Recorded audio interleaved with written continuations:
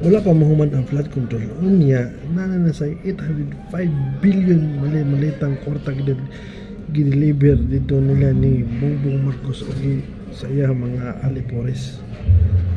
Way kahumanang pangurakot 3 years kada tuig doon na insertion. Unya, almost trillion for 3 years. Pila na 2 trillion kapin, almost 3 trillion ang ikawat for 3 years. Grabe na si Bongbong Marcos. Dili na.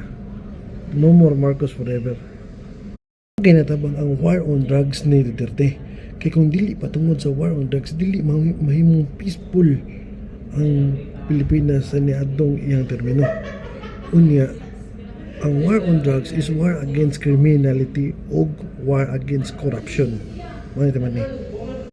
Kung usa ka nasod, daghang mga addict. Gubot kayo. Puro kagubot. Walay kalinaw. Puro criminality. Wadyo'y kalinaw. Ang nasod, puro mga addict ng puyo. Ang allegation sa Philippine prosecutor o sa ICC prosecutor, puro rahirsi. Ilang gipang quotes ang mga public speeches ni Rodrigo Duterte. No criminal intent. No criminal intent. Pwede din na. There's no absolute sa gipagsulti ni Duterte sa iyang mga speeches.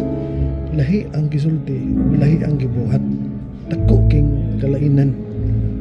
Kung unsa ang gisulti o unsa ang gibuhat. Unya sa mga public speeches ni Duterte, gipili lang nila ang mga dapik sa ila o ilang gipang putol-putol. Wala nila gipili itong mga public speeches ni Duterte na nagingon na do an enforcement if your life is in danger, defend yourself. Mao man gipang sulti ni Duterte.